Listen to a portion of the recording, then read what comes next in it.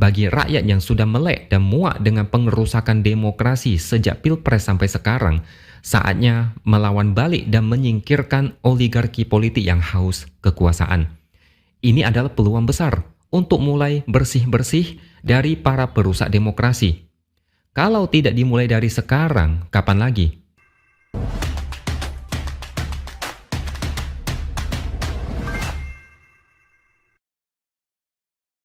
Halo, bertemu lagi dengan saya, X Hardy, di Opini Seaworld.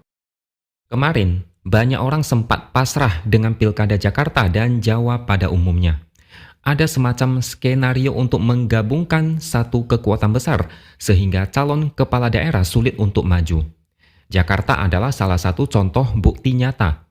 12 partai bersatu untuk mendukung Ridwan Kamil dan Suswono. Saya sendiri pun sempat pesimis. Saya juga sempat bikin video yang menyuarakan keprihatinan tentang nasib Ahok yang harus tersingkir. Belum lagi calon independen dimajukan, meskipun ada masalah terkait data NIK KTP yang dicatut tanpa izin. Kalian semua pasti setuju, Ridwan Kamil bakal menang mudah. Sebagian, saking keselnya berharap tidak usah lagi deh ada pemungutan suara. Langsung lantik calon gubernurnya sekarang juga. Tapi sekitar siang menjelang sore, ada satu plot twist yang sangat gila. Semua orang terkejut, sesuatu yang dianggap tidak mungkin ternyata berbalik arah. Sebelumnya, ada yang menggugat MK terkait syarat usia calon kepala daerah. Ada 2 orang mahasiswa yang menggugat. Mereka ingin syarat usia calon kepala daerah dihitung sejak penetapan pasangan calon. Sebelumnya ada yang melakukan uji materi ke MA, yang hasilnya syarat usia calon kepala daerah dihitung sejak pelantikan pasangan. Akibat dari ulah MA ini, Kaisang memenuhi syarat untuk maju sebagai cagup atau cawagup. Gugatan dari 2 mahasiswa ini hasilnya MK menolak gugatan mereka. MK menyatakan syarat usia calon kepala daerah harus dihitung saat penetapan pasangan calon. Bedakannya antara saat penetapan dan saat pelantikan. Jaraknya cukup jauh, beberapa bulan. Dengan demikian, Kaisang mendapat kesialan. Awalnya dia mungkin senang, punya peluang maju. Sekarang terpaksa gigit jari. Usia Kaisang masih 29 tahun saat penetapan cagup dan cawagup. Ini mungkin menjadi tamparan telak buat Kaisang dan terutama Jokowi. Mungkin ini kejadian yang tidak terpikirkan sebelumnya. Tunggu dulu, masih ada satu hal yang lebih mengejutkan. Partai Buruh dan Partai Gelora mengajukan gugatan terhadap Undang-Undang Nomor 10 Tahun 2016 tentang pemilihan gubernur, bupati, dan wali kota yang mengatur ambang batas 25%. Hasilnya MK mengabulkan gugatan itu. Untuk kota Jakarta yang memiliki penduduk antara 6-12 juta, partai politik dan gabungan partai politik hanya perlu memenuhi 7,5% suara sah dari jumlah daftar pemilih tetap. Ini sangat mengejutkan, karena ini artinya ada sekitar 8 partai politik yang bisa mengajukan calon sendiri tanpa harus ada kursi DPRD. Dengan demikian, Pilkada Jakarta menjadi sangat menarik dan panas. Anies yang sempat hampir dipastikan gagal maju akhirnya punya peluang. Ahok juga punya peluang. Partai lain kalau mau banting setir keluar dari koalisi Kim, mereka juga bisa. Peta politik langsung berubah total akibat putusan dari MK ini. Saya merasa lucu ketika 1 hari sebelum putusan MK, Fachri Hamzah sempat melontarkan ucapan yang agak sombong. Dia bilang Jakarta sebenarnya tidak usah lagi mengadakan pilkada. Seharusnya Ridwan Kamil dan Suswono bisa langsung dipilih secara aklamasi. Karena ini adalah kelanjutan dari keinginan kuat untuk bersatu.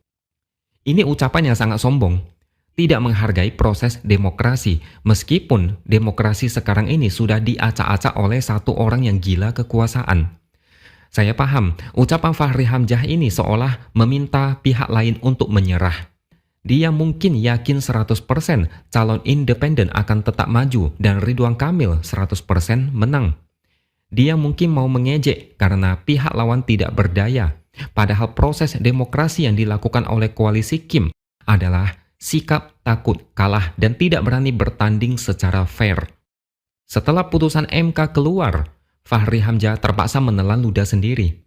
Putusan MK bersifat final dan mengikat, dan tidak ada siapapun yang bisa mengubah, bahkan presiden sekalipun, kecuali mereka mau membangkang terhadap hukum.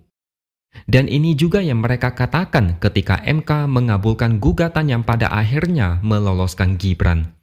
Mereka meminta pihak lain menerima putusan MK dengan ikhlas. Sekarang giliran mereka yang harus ikhlas. Yang paling syok mungkin pihak elit politik sebelah. Putusan MK ini menghasilkan efek ledakan besar. Yang pertama, Anies gagal dijegal.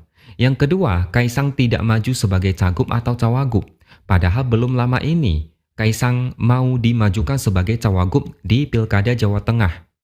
Ini adalah dua tamparan sekaligus, kiri dan kanan, tamparan yang sangat keras. Saya kira kejadian ini harus dijadikan sebagai momentum untuk melawan balik koalisi sebelah. Inilah saat yang tepat, karena sebelum putusan MK, rakyat sudah muak dengan kelakuan mereka yang ingin menguasai negara ini dengan cara yang tidak fair. Jika narasi ini bisa dimanfaatkan dengan baik, koalisi sebelah bisa tercerai-berai. Sang penguasa mungkin bakal kepanasan, tidak bisa tenang setelah pensiun. Enak saja dong, politik dimain-mainkan seenaknya demi berkuasa. Kalau mau berkuasa, silakan bertanding dengan adil. Jangan karena takut kalah lalu menjegal calon lain yang lebih kuat, lalu dimunculkan calon independen entah dari mana, supaya kelihatan demokratis, padahal itu adalah sebuah kemunafikan. Masa rakyat dikasih pilihan yang lebih hancur? Enak saja. Kesimpulannya, putusan dari MK ini adalah sebuah kemenangan buat demokrasi di saat kita semua sudah pasrah dan pesimis. Setidaknya, pilkada semakin seru. Pihak-pihak yang licik tidak bisa lagi mengatur-ngatur skenario supaya bisa menang mudah. Tapi, jangan senang dulu, karena perjalanan masih cukup jauh. Ada banyak kejadian yang mungkin bisa membalikkan keadaan. Ada satu orang yang pastinya panik dan berusaha melakukan sesuatu. Dialah yang disebut sebagai biang dari semua kekacauan ini. Masa waktunya tinggal sedikit. Dia mungkin tidak akan tinggal diam melihat semua ini melenceng dari rencana. Dia masih punya kendali di sisa waktu yang tinggal sedikit. Tapi apapun ceritanya, saya yakin kalian semua pasti bahagia mendengar kabar ini. Pilkada jadi meriah. Banyak partai bisa mencalonkan tokoh terbaik untuk melakukan perlawanan. Tidak ada lagi jegal-menjegal. Dan yang terpenting ini adalah plot twist yang tidak disangka-sangka. Bagi rakyat yang sudah melek dan muak dengan pengerusakan demokrasi sejak Pilpres sampai sekarang, saatnya melawan balik dan menyingkirkan oligarki politik yang haus kekuasaan. Ini adalah peluang besar untuk mulai bersih-bersih dari para perusak demokrasi. Kalau tidak dimulai dari sekarang, kapan lagi? Betul nggak? Oke, sampai di sini dulu opini dari saya. Subscribe channel ini supaya makin berkembang dan jangan lupa tuliskan komentar Anda. Terima kasih sudah menonton dan sampai jumpa lagi di lain kesempatan.